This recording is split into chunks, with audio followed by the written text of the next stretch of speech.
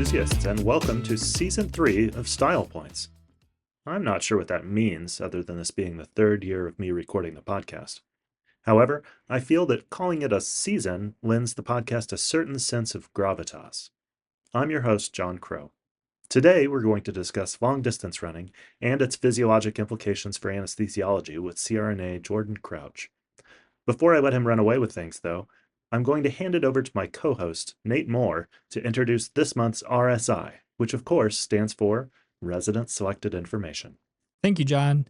I get to introduce Dr. Wes Young, formerly a PA working in a cardiac ICU before he went to med school and joined us in anesthesia, making him especially qualified to give his RSI on hemodynamic management. We think his insights are so valuable that the chair of our department, Dr. Stuart Birch, is currently sitting stool in his spine case so that Wes can be with us. Welcome, Wes. Hello, my name is Wesley Young. I'm one of the CA1s at the University of Cincinnati, and I'm going to talk to you about pressors in the operating room, their hemodynamic effects, and common uses. But before diving into the drugs and their mechanism of action, I think it's important to review some cardiovascular physiology. Our oxygen delivery system can be broken down into our macro circulation, which we often refer to as like blood pressure, heart rate, cardiac output, and SVR. But then we also have the microcirculation, which represents the flow required to deliver adequate amounts of oxygen to a particular organ. And this is what we really care about. Some organs are great at autoregulation, meaning that they can maintain flow over a wide range of blood pressures, and others struggle a little bit in the department, kind of like the kidneys.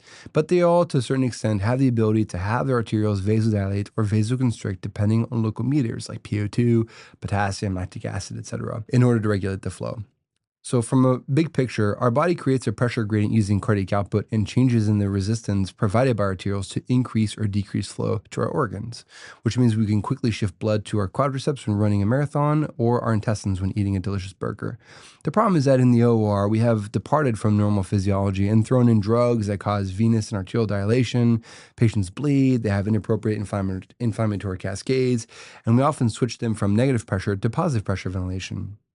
One last thing, hypotension is the primary reason for using vasopressors, but we can't forget that even though our blood pressure is the driving factor for flow, it's generated through a cardiac output and systemic vascular resistance, either of which could be the problem. The primary receptors that mediate an increase in blood pressure are typically the alpha-1 adrenergic receptor. We also have our V1 receptor, and then we also have the beta-1 adrenergic receptor that increases cardiac output and heart rates. The first vasopressor that we oftentimes use in the operating room is called norepinephrine. It's a potent agonist of the alpha-1 adrenergic receptor, and that causes vasoconstriction. And then there's also some modest beta-1 adrenergic activity, which help maintain cardiac output and doesn't have much effect on the heart rate. We typically give this in bolus dosing of around 8 to 16 mics. Phenylephrine, on the other hand, is a selective alpha-1 adrenergic agonist. It particularly leads to arterial and venous vasoconstriction and has very little effect on cardiac output. We typically give bolus dose of around 100 mics. Ephedrine acts a little bit differently. It indirectly stimulates the release of endogenous norepinephrine and has some direct effect by binding to alpha-1 and beta-1 receptors, but that effect isn't as pronounced. You can see an increase in heart rate and some cardiac output, as well as your increase in vascular tone. We can give it intravenously through bolus dosing around 5 to 10 milligrams, and then we can also use it as IM injection around 25 milligrams. Epinephrine is a non-selective adrenergic agonist. At low doses, it causes a beta-1 effect, mostly by increasing heart rate and contractility, and at higher doses, it leads to alpha-1 vasoconstriction. We typically give bolus doses around 10 mics. Dopamine is kind of a dirty drug that we used to use back in the day, but it causes so many like tachyarrhythmias that we've kind of fallen out of favor. Vasopressin, on the other hand, is a non-catecholamine vasopressor that acts on the V1 receptor on vascular smooth muscle, and that causes vasoconstriction that way. We usually give it in, on 1 to 2 units at a time. So as a general rule, norepinephrine is the most balanced vasopressor that generates a nice rise in blood pressure without sacrificing too much on your cardiac output. It's usually the first line pressor for the majority of the shock states, and you can rarely go wrong by giving norepinephrine. Phenylephrine is a great drug. We've been giving it for years in the operating room. It's a good option for the majority of our hypotension that's related to anesthesia. A lot of our drugs cause low SVR or maybe decreased venous tone as well, and that can be quickly counteracted by the phenylephrines like pure alpha 1 agonism. So we'll see a rise in SVR that way, but then you also have some venous vasoconstriction, which kind of increases venous return. We have to be careful with phenylephrine, though. It does have a reflexive bradycardia that we can see pretty profoundly in the operating room. The increase in SVR also can decrease cardiac output. So it's something to be avoided in patients who have heart failure or severe pulmonary hypertension. Epinephrine we use in the operating room as well. It increases more of your cardiac output as well as SVR, and you'll notice a nice rise in your heart rate when you use it in the operating room. You should be careful by not giving it too much because it does cause some tachyarrhythmias. Vasopressin used to be a drug that we use in our ACLS algorithm all the time. It's a useful adjunct to increase vascular tone. And there is a theoretical benefit that we can increase SVR without really affecting your pulmonary vascular resistance. And so sometimes we'll try and use vasopressin more in patients who have severe pulmonary hypertension as opposed to other pressors. And then finally, we have ephedrine. And like we said earlier, this is the one that mostly relies on endogenous catecholamines. And it can be given IM, which gives it kind of a longer acting range. And it's useful in our OB population who oftentimes have, hypotension from either the epidural, causing that sympathectomy. And it will slowly wear off as the epidural wears off as well. It's typically not recommended in patients who are critically ill because they likely have depleted catecholamine stores and therefore wouldn't have much effect on their blood pressure. I hope this quick review on vasopressors was helpful, and hopefully next time in the operating room you can choose the best drug for your patient.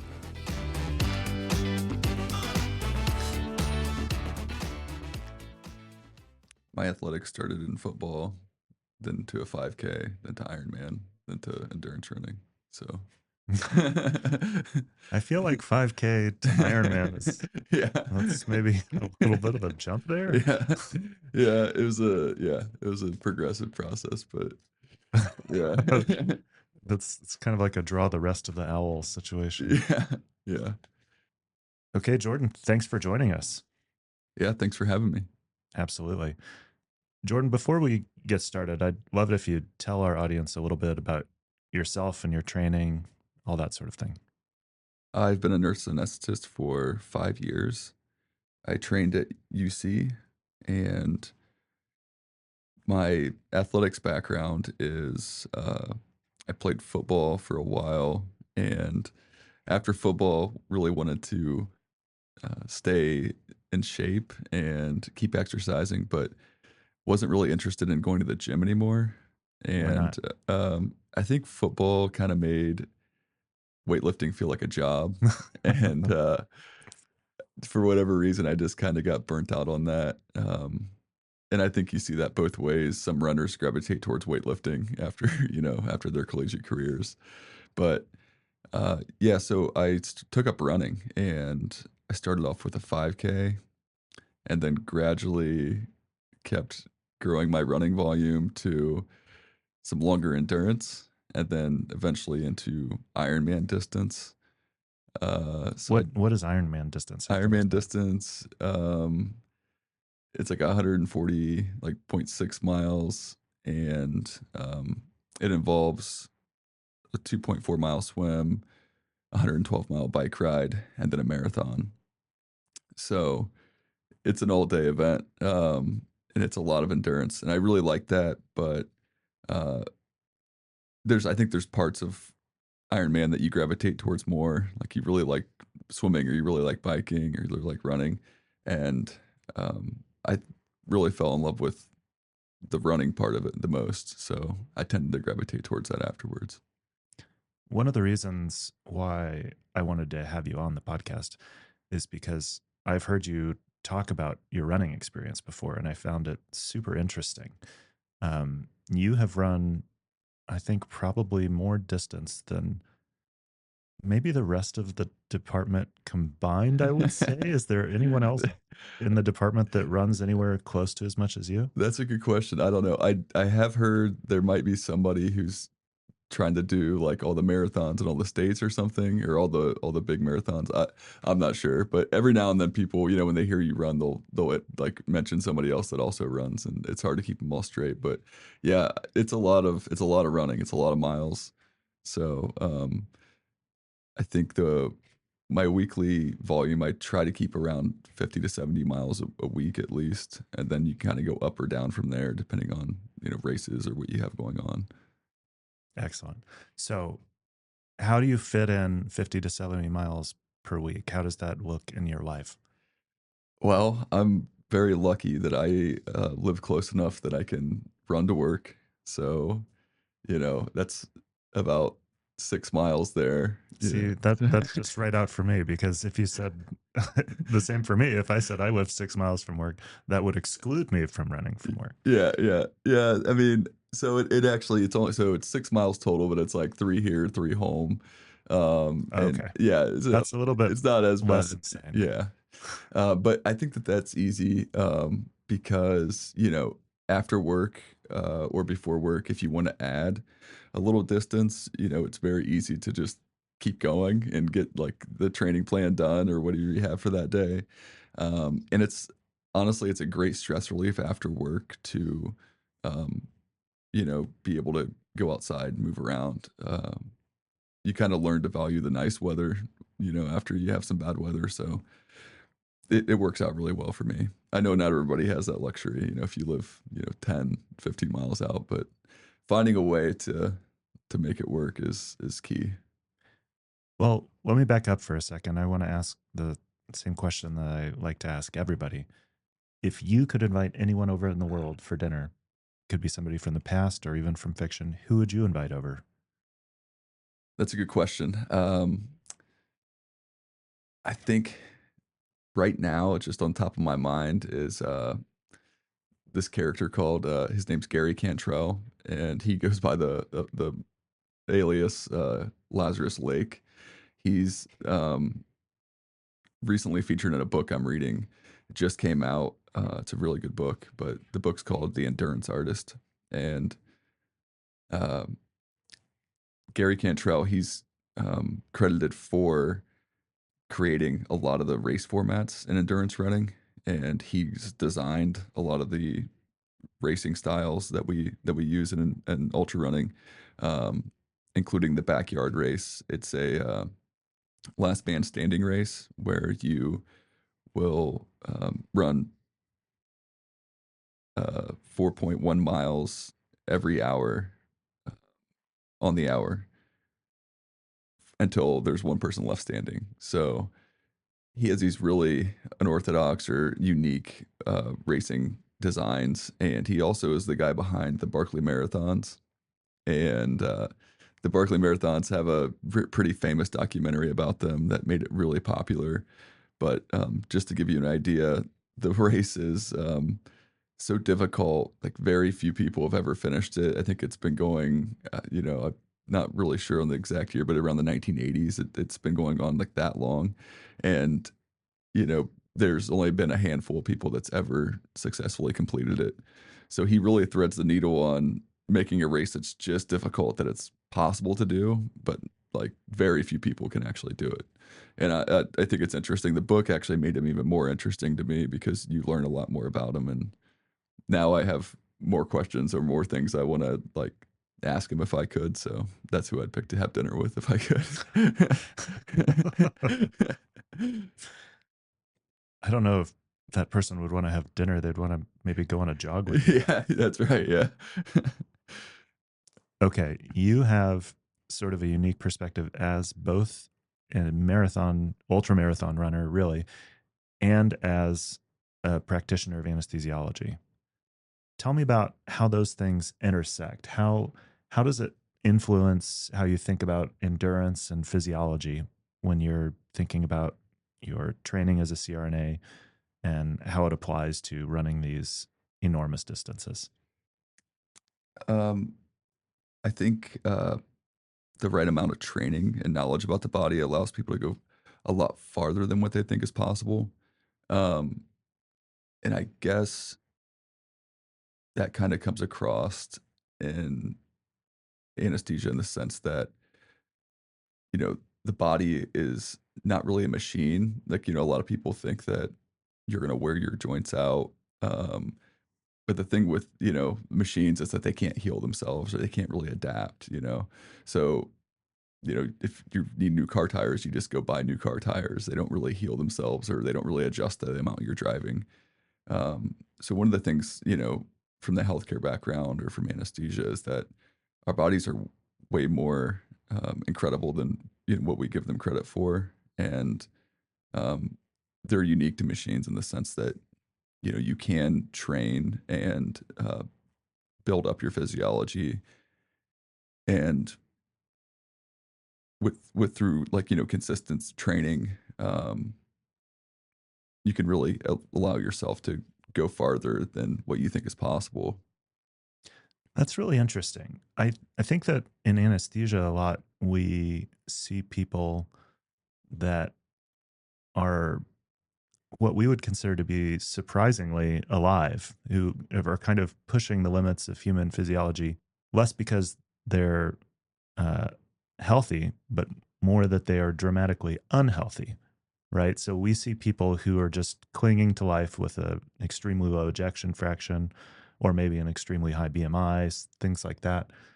But you're talking about pushing it the other direction, where you're so healthy that you can overcome some of these other things. Is that sort of what you were saying?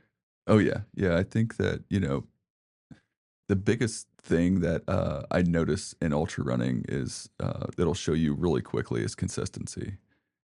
Being consistent is what allows for those adaptive changes, and it's evident just in a personal level, but also just through a lot of the training plans you see. One of the benefits, honestly, going back to the run commuting, is some would argue that doing a double exercise during the day, like two runs a day instead of like one long run, is that you're actually activating a lot of those physiological responses. You're activating those twice. So rather than just running once and kind of turning everything off or on and then shutting it all back off again in terms of your exercise, doing that more frequently um, could be beneficial. So I think the consistency of, if I work, a 12-hour shift, I'm kind of like running every 12 hours, if I'm running home and then running to work and then adding some. So it really becomes like interwoven into your life. And it becomes second nature, almost like climbing a flight of stairs or like walking into work. So a lot of people are really interested in biofeedback, and people like myself, I wear my Apple Watch, or you've got Oura rings, or all these sort of things that help you measure different physiologic parameters. And that's sort of what we do in anesthesia as well. Is that something that you like to take a close look at when you're doing your runs? Is your heart rate and heart rate variability and all those sorts of parameters?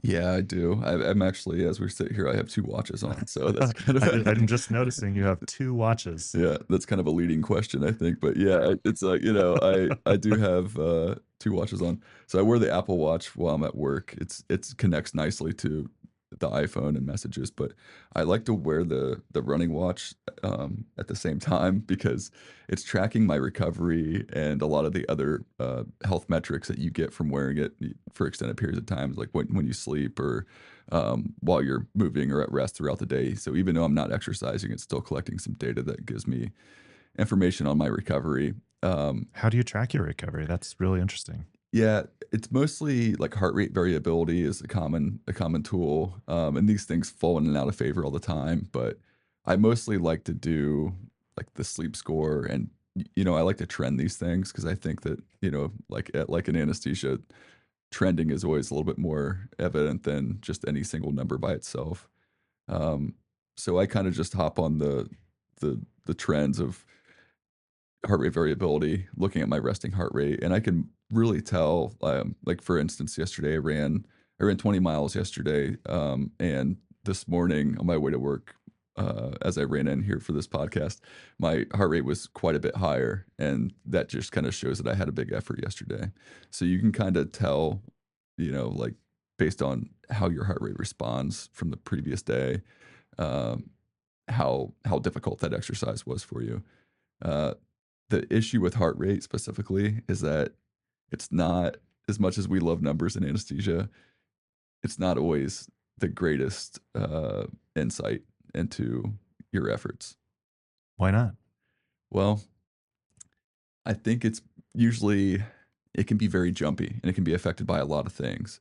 And again, in anesthesia, that's one of the things we notice is that when we like a number, you can realize that that number can be affected by, surgical stimulation. It can be affected by epinephrine injection. It can be affected by all kinds of different things. So depending on what's happening, there's a number of explanations for it. So a lot of people like to lean towards this scale that they create called the rate of perceived exertion, and a lot of times it's abbreviated RPE. Um, so using the rate of perceived exertion, you kind of come up with a scale in your own mind, and you give yourself a score, like how difficult is this run for me right now? Is that what pops up on my Apple Watch after I work out and it says, "How difficult do you think that this was?" Yeah, that's exactly it. Yeah, it's Okay. kind of getting that in your mind of, so it's able to maybe help you plan your training from there. So if that workout was really difficult, it might suggest an easier exercise the next day. Um, but it's good to kind of be in tune with that. Um, a lot of times, the biggest thing that I think it happens is as an ultra runner, if you're really good and consistent in your training, the thing that tends to throw a wrench in the works is when you have to start tapering to go into a race, because that's when your consistency fluctuates a lot. And by tapering, I mean you start to decrease your weekly miles, and you kind of rest yourself leading up to a big event. That big event, when it starts, sometimes because of the rest you've taken, your heart rate is like all over the place. It'll shoot way up, and you're not even running that hard, but your heart rate's really high. It'll also be very erratic. So if you stop, it'll come way back down, and then if you start again, it'll shoot back up. Or if you start going up hilly terrains, so that's where the rate of perceived exertion comes in, because a lot of times you won't feel like you're working very hard at all. It's really just a physiological adjustment to maybe drinking a ton of fluids, eating a huge meal the day before, and also just taking that week off. It just, your body's kind of getting set back into what you're about to do. And it could also just be race anxiety. So what is your resting heart rate? My resting heart rate. So when I'm at sleep, it's occasionally dipped into the 30s, which people love to hear about. They like to think that, my heart's beating at like once every 2 seconds. I don't know. It's some people that causes anxiety, but yeah, it's most of the time it's in the 40s or 50s. Um, I would say if you were to look at your resting heart rate, like if you're like throughout the day, if you're sitting, it trends more towards like the mid to high 50s. So a lot of people, when they see a heart rate of 50 on an anesthesia monitor, start to feel a little bit anxious because they think, "Oh no, the heart's slowing down and I must give glycopyrrolate to speed the heart rate back up." Uh, and what I will typically tell, the newer practitioners who might want to treat a heart rate of 49 or 50 is I will point to my heart rate trend on my watch and say, "Well, my heart rate was 48 last night while I was sleeping. Please don't sneak into my house and give me glycopyrrolate. I don't need that to keep me That's alive." right. Yeah. Yeah, they are asleep. Yeah. And a lot of times when we're noticing that, it's, in this phase between like after we've put them to sleep and before the surgery starts, they're truly just laying there, right? Like they're not even having surgery yet. Their rate So of perceived exertion is very low. yeah, very, very low. It's like they're in the deepest sleep they've ever been in, technically. So yeah, that is a very interesting point, and I try to remind myself of that too, because it's very different when you see things like that and you cycle a blood pressure and you go, okay, it's asymptomatic bradycardia. They're totally fine. There's no reason to really be that worried about this. So when you do endurance training, it changes your heart rate and your stroke volume, things like that. Can you talk a little bit about that? Yeah. Um, so what you'll generally see as you start to exercise is, they always talk about this left ventricle dilation that you get, and you get like a slightly increased amount of muscle on your left ventricle. That will, increase your stroke volume to help you meet the demands that your body's asking for. And I think, that's why the consistency is so important. You have to activate these things very consistently over a long period of time. to get all the adaptions that you're looking for to reach your potential. And the heart rate for me, with consistency, and it wasn't with like very hard runs all the time or anything, extra crazy. It was really just getting outside and moving consistently. Um, my heart rate started to trend down, where I noticed, after a couple weeks or months, at the same running pace, my heart rate was much lower and much more comfortable. I think a lot of people start off running too hard or too fast for themselves, and I learned early on that every training session doesn't have to be like the hardest training session you've ever done. So, I definitely started off as like they call it like, the workout hero or the training hero, where you're like trying to like break records in your training every day. And a lot of that's just carryover from my football experience, where, it might be motivational to do that if you're like lifting weights, and you're really trying to, throw heavy weight around and things like that. But I think for running, it's really just about like a consistency that you can maintain and sustain. And going too hard every day is not sustainable. It's going to lead to injury and some other complications, and also burnout. Are you shooting for a particular heart rate when you're running? Yeah, for me, everybody has a little bit different. Like, you can calculate. There's ways to calculating your heart rate zones. The oldest one that we hear about is 220 minus your age, and you can kind of calculate it from, instead of the generic 220, you can kind of calculate it from a maximum heart rate, where you give your hardest effort, see how high your heart rate will get, and then kind of calculate some heart rate zones from there. It gets a little bit more complicated because with your training, you can actually dilate out these heart rate zones. Heart rate zones being like zone one would be, like you're almost at rest or not really doing like very difficult activity at all. And zone two would be like a very comfortable, um, slightly elevated heart rate. So for me, I think it's around like 120 to 140. But you can actually extend these out so that they're wider to some extent, depending on how your training is focused. So, you know, track athletes might have a very like wider upper range, or a very like steep upper range, where they can go into like very high heart rates, because that's what they're pushing a lot of the time. So when you're prepping for a really long run, it strikes me as some of the same prep that we would do for a really long anesthetic. There's things that you have to plan on in terms of hydration and uh, sodium and all those sorts of things. Can you talk a little bit about the physiology of what it takes to plan for a really long run and what you do to prepare? Yeah, I think that is something that is kind of overlaps a lot with ultra running, is like the planning component. Um, it's tough because as the runner, and you're the only one that's being affected by your own decisions, so it's very easy just to go out the door without without doing the planning you need to do.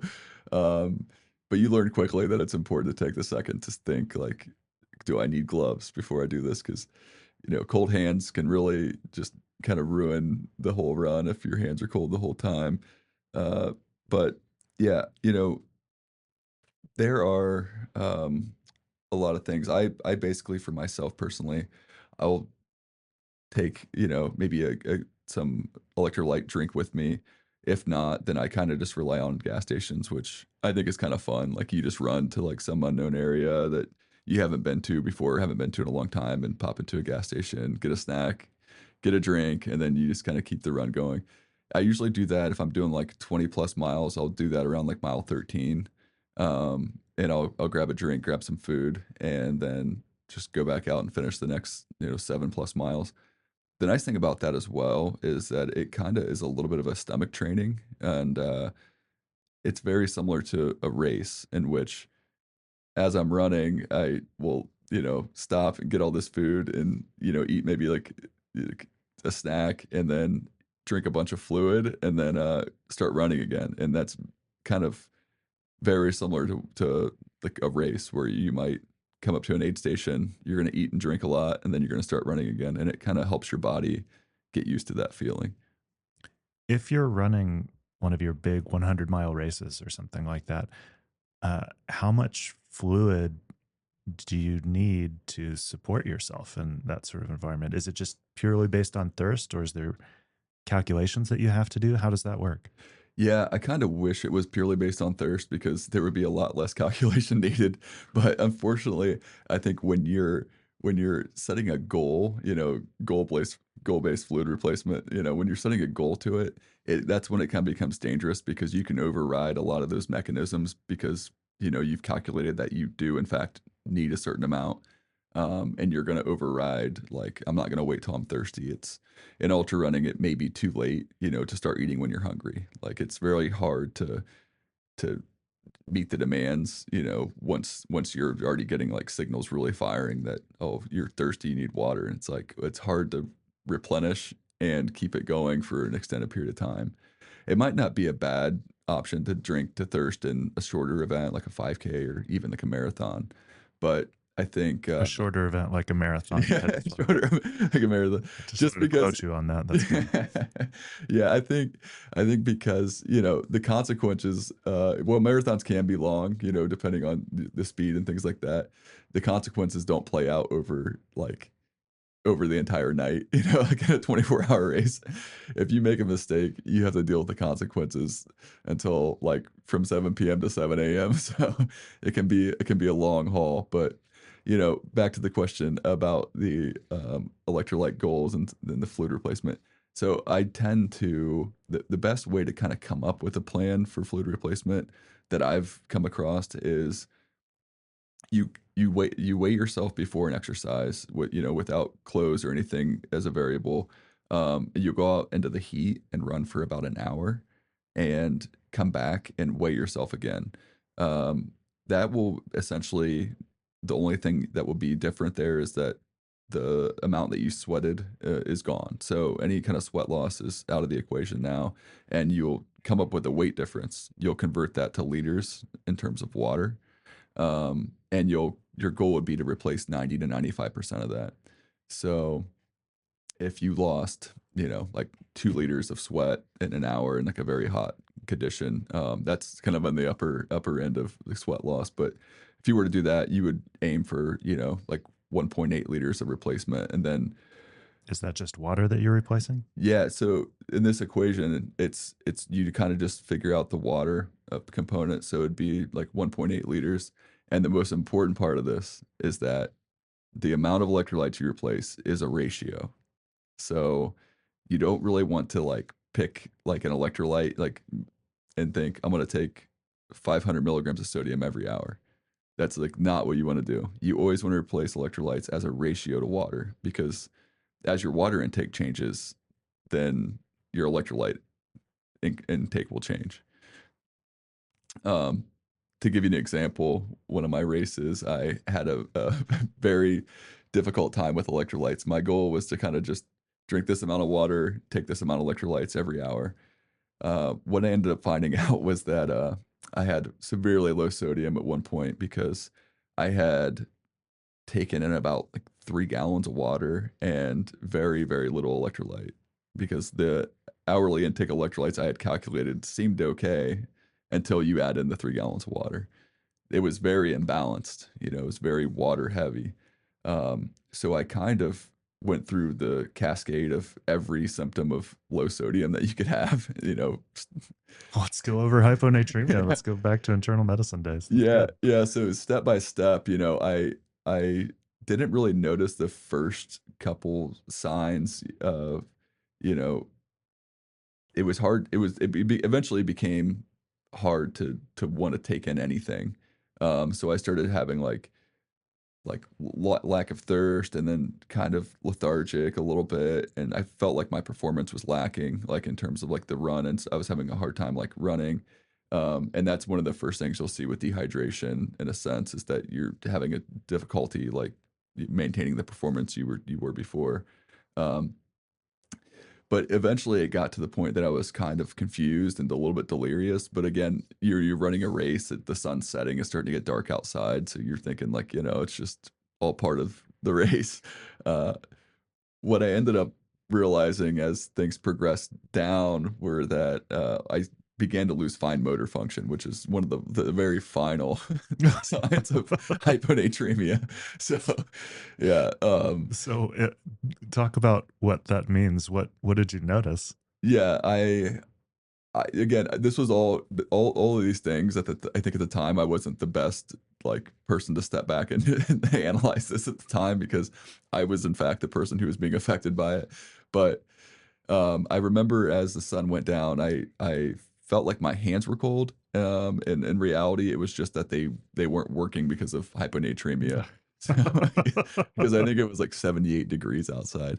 I remember I was having a hard time like turning my headlight on, um, things like that, and I felt like I needed gloves, even though it was 78 degrees out. I couldn't put the pieces together. I wasn't the best at the time. I wasn't the best person to help myself. But thankfully, the crew that I had, in my last ounce of self-preservation, they gave me a sodium tablet. And even though I was being pretty uncooperative at the time, I guess, I think they were able to get me to take this sodium tablet. And I kind of laid down for a second and eventually came to and felt 100 times better just from like getting sodium in my system. So, you live and you learn, and that's something like I didn't always try to connect dots, from my anesthesia experience, but these ratios that we use in terms of fluid replacement, like having a balanced crystalloid solution, in a sense, that's kind of what you need to do for fluid replacement. Another area this came up in is we did the analysis on whole blood replacement, rather than reconstituting whole blood, making whole blood through multiple units of packed reds and FFP and cryo and all these components. We we're trialing this whole blood and traumas, and it's very similar to that. It's like it's much easier to do to like like the solution that's like a electrolyte drink or electrolyte mix versus like I'm gonna drink a bunch of water and then I'm gonna take a bunch of sodium and then I'm gonna drink a bunch more water and then I'm gonna take a bunch of sodium. It's like having a more stable, smooth uh, hydration plan is much easier to maintain and easier to control. So, some of the different races that you've run or been adjacent to deal with some pretty extreme temperatures too, right? Can you talk a little bit about that? Yeah, so I the crazy thing about performing outside is temperature starts to affect you, and this is from research, but the heat in particular, heat starts to affect you at as little as 45 degrees Fahrenheit. So if it's over 45, you're dealing with heat, and even though that's typically a cold temperature, that's where it begins to affect your performance. So heat training has become really popular lately. It's shown to like increase red blood cell mass and kind of help you adapt to oxygen carrying capacity and heat during your exercise or during your races. So one of the races I was a part of was one of the hardest ultra marathons in the world. It's called the Badwater 135. I was able to go out and crew and pace my friend Harvey Lewis. He was doing it for the 14th time, which is absolutely incredible to think. Somebody's done that race, 14 times. He, he's very skilled and talented, and we went out there this past summer, and again, of course, it's in Death Valley. The race is in the summer, so they really lean into the heat component of this race. How hot is it there when the race is going on? Yeah, so there's nobody ever really confirms anything, but there's rumors that it's the 135 miles, and it's the Badwater 135 because it's been 135 degrees out there before. So there's like some kind of like link to that. I think when we were out there, it was a chilly year. It was kind of cool that year, and it was like 120. So, so not too hot. Just 120 degrees. Did you wear a jacket? Um, yeah, yeah, yeah. I wore a jacket, and I wore gloves also. No, the the the interesting thing, so the heat in Death Valley, a lot of people were saying that they're like, oh well, Death Valley, it's a dry heat. And I always before this was leading up to the race, and I kept thinking, yeah, it's dry heat, but it's still the feel like temperature is still 125. Like it's still like if it's 125 degrees, it's 125 degrees. That's something I can set my oven to. Yeah, exactly. So, yeah, it certainly was hot, but I can give a testament to the heat training. I think that the sauna really helped, and again, it with sauna specifically, the sauna training plan. They actually had one from the race. It's the first race I've ever been a part of that had requirements for crews and pacers, where they actually sent us a guide and kind of showed us the how to, you know, prepare yourself for the heat out there. Um, as hard as the race is, they have a really good safety record, and they're really well organized in making sure everybody is safe during the event. And the like just like ultra running, the sauna plan is mostly about consistency. It's about exposing yourself to heat very consistently so that you get these adaptive changes. Um, and what you'll find is that throughout these sauna sessions, after a week or so, um, you tend to get way more comfortable, and you'll surpass thresholds where you would previously feel like you really had to get out of the sauna. You'll kind of meet that mark and be like, "Oh, I remember this part." I remember when that used to be very, very difficult, and now I'm like, zoned out completely. I'm not even really focused on my effort in here up until 5 minutes after that now. So, So, what happens with your GI system when you're on these long runs? Do you find that you still need to go to the bathroom the same amount, or how does that work? Are you finding yourself hungry? What do you eat? yeah, I'm lucky that I haven't really had any stomach problems. So I guess I'm lucky in that sense.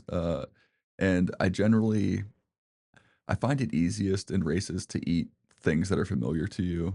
Uh, a lot of people, you could try these, like the sports sugar supplements, like the goo, like the gels and things like that.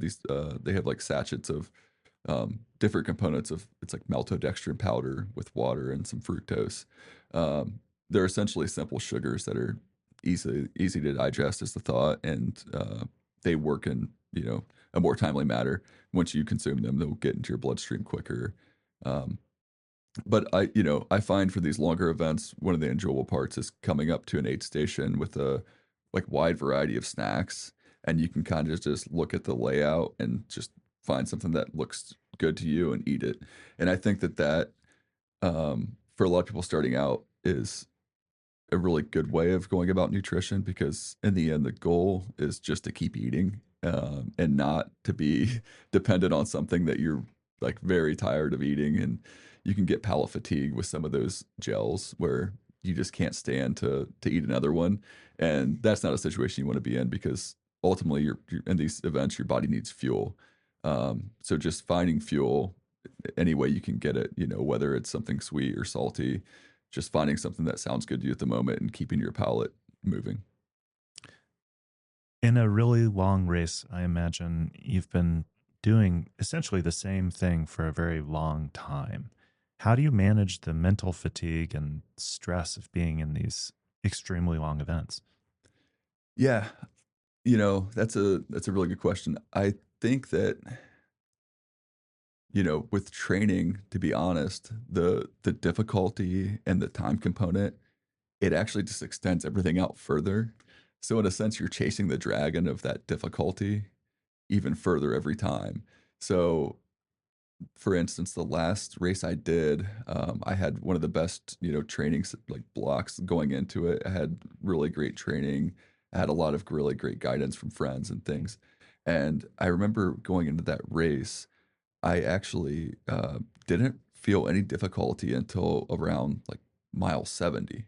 Like it felt very comfortable, and you know, I just felt great. To be honest, I didn't have any issues. Like the weather was like relatively good. It was kind of hot during the day, but I had done a lot of heat training. So overall, I felt very, very good up through mile 70. And when it gets difficult, I I really just more appreciate it. I find a way to appreciate it because you had to run 70 miles for it to get difficult, you know, and that's something you worked really hard to feel. So I don't really dread it at all. I think that like you find out how deep your well is in a sense whenever you get to that moment and you get some difficulty from it. Um, the the component of like kind of like getting stressed out during a race is a lot of times if the weather changes, if you're dealing with things that you kind of didn't anticipate during the race, like you think the race is going to be hard, but when it starts thunderstorming and things get really muddy, um, there are ways to deal with um, stress or like some like negative mental aspects during a race. One of the big things with that I learned from Harvey Lewis is to kind of reframe or just really focus on what you can control. And I think that again has a lot of overlap with anesthesia.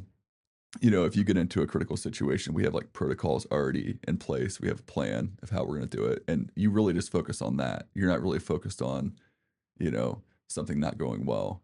If all else fails, do chest compressions. Exactly. Yeah. There's always a plan B, C, and D. So that's really helpful in that sense is I really just focused on what I can control. The one race I did that had a lot of mud and as a runner, that's one of the most dreaded things because you do a lot of training and you do a lot of running. And then if you get to a race and you have to walk through mud for like 8 hours, it's like, you start to really think like, I didn't come out here to walk through mud for 8 hours. But I kind of, you can reframe it and, think, well, it's muddy for everybody and it's everybody's wet and it's raining on everybody. So it's not a problem that's unique to you. And with the mud, if you just keep going, it's it gets better. In that race in particular, it rained again, and there's like puddles that formed, and the puddles actually helped you clean the mud off of yourself a little bit, and it actually made the mud less sticky. So as much as everybody was frustrated about the additional rain, it actually made the course better, in a sense. Um, so yeah, I just try to focus on what I can control, and in that sense, like am I getting blisters because of this mud? Like maybe I need to do extra management with my feet or my shoes to help manage it, or maybe I need to, you know, change, clothes a little bit more often, or prepare, try to wipe some of the mud off your legs if you're starting to get like, friction or rubbing around like your shorts and stuff like that. So, what's the next big race that you're planning to do? So the plan right now, the very next one is going to be in just about a month, I think. So in December, there's a race called the Dreadmill, and it's a treadmill race. So it's I'm sure everybody's done this, but You're going to have to explain yeah, what a treadmill race is. yeah. So it's a race it's 48 hours on a treadmill, and the goal is just to go as far as you can. So yeah. So it's pretty easy. I'm pretty sure the Geneva Convention has outlawed what you're talking about. Yeah, it might be a war crime. You're right. Yeah. No. So yeah, the Dreadmill. I did it last year. It's actually a really fun race, because there's there's people who that might not run or might not run your pace, but they can come over and hang out with you the whole time you're doing it, and you can be right next to them. So it adds like a lot of layers. Like that's the fun thing about these races is that there's different formats, and there's always like a different layer that makes it a little bit more interesting or a little bit more fun. Um, while like, a lot of these races are very solo, the community around them is really good. So almost every race I've made 2 to 3 friends that I talk to regularly, and like the network has grown so much just because of the community. And I think people knowing like the consistency and the training it takes, you kind of find solidarity in that. Um, and one of my first races, I met a friend that I now use their treadmill for this treadmill race, and we kind of do it together, and it's been a lot of fun. So, do you have any rituals that you'll do before a race or after a race? Yeah, I think the lead up to a race can be it's different for everybody, but a lot of people mention if they really taper their training, it's strange, but you can kind of get a little bit irritable from not running as much. It's just a strange phenomena, I think. It's like maybe you're not getting the outlet, or maybe you have like this extra energy that's kind of given off an irritability, or it's really hard to describe. I don't find that I'm like super irritable, but I do feel like I have like some like energy that I can't really do anything with going into a race. So in addition to that, I also cut my caffeine. So I've completely stopped caffeine the week of a race, to kind of make myself more sensitive to it. And basically going into a race, that last day or so of prep can be very like stressful and frustrating, I guess, because you're doing a lot of stuff for the race, but it's not running, and it can be a little hectic sometimes where you kind of just want to be done with all that background stuff and just start running in the race. So I think the biggest thing that I do is I plan in that I'm going to have everything done by a certain time, and truly have like a window of time where I do like nothing, where I can just relax and not have to do anything else for the race. And just that way I'm able to say everything is done. Like everything's been checked and double checked, and I have everything I need. And most importantly, my ritual is try to go to bed early. A lot of the races, either the commute to the race or the race itself will start early in the morning. And, if you're doing a race that's going to go for 24 hours or more, sometimes 30 plus hours or sometimes days, then you really want to start that off with a good night of sleep, and, but I think that as a ritual is given me, I think success so far in terms of feeling tired during a race. So, lastly, what style points or points of personal preference have helped you both in and out of the operating room or both on and off of the race course? I think being consistent in some kind of exercise is super important. I kind of talked when I first, did my introduction, I talked about this circuitous path to ultra running.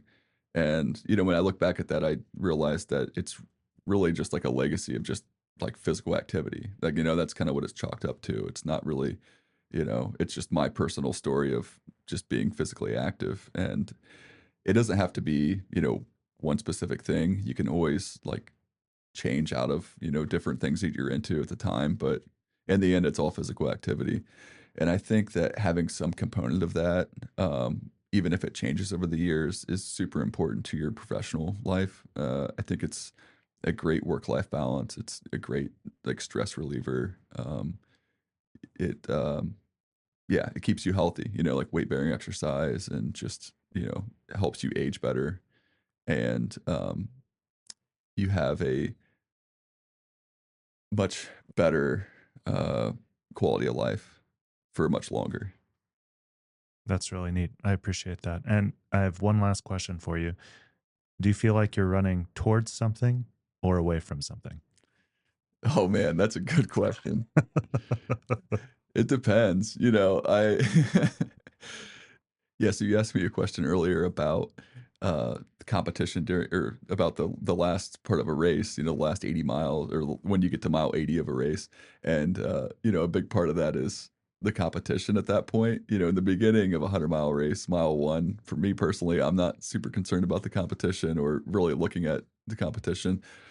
But around mile 80, it can be a big motivator. And in those cases, you do feel like you're both chasing somebody and you're running away from somebody. So that's kind of the fun of the race, is that like there's a lot of camaraderie. Like your competition will be like offering you water, like offering you help, at the same time as like you're racing them. And it's that's all part of like the fun culture of ultra marathons. Jordan, thank you so much for joining us. Yeah, thanks for having me. Thanks for joining us for yet another episode of the award-winning Style Points podcast. What award, you ask? That would be the award for the best anesthesiology-themed long-form interview-style podcast at the University of Cincinnati, which I am proud to have won and also conceived of. Congratulations. If you would like to help us win additional awards, please feel free to give us a 5-star rating or write a brief review. This is what really helps other people find the podcast. You can also email us at stylepointspodcast@gmail.com. Well, we have reached the end of the marathon, everyone. Take a deep breath. Open your eyes. We're all done.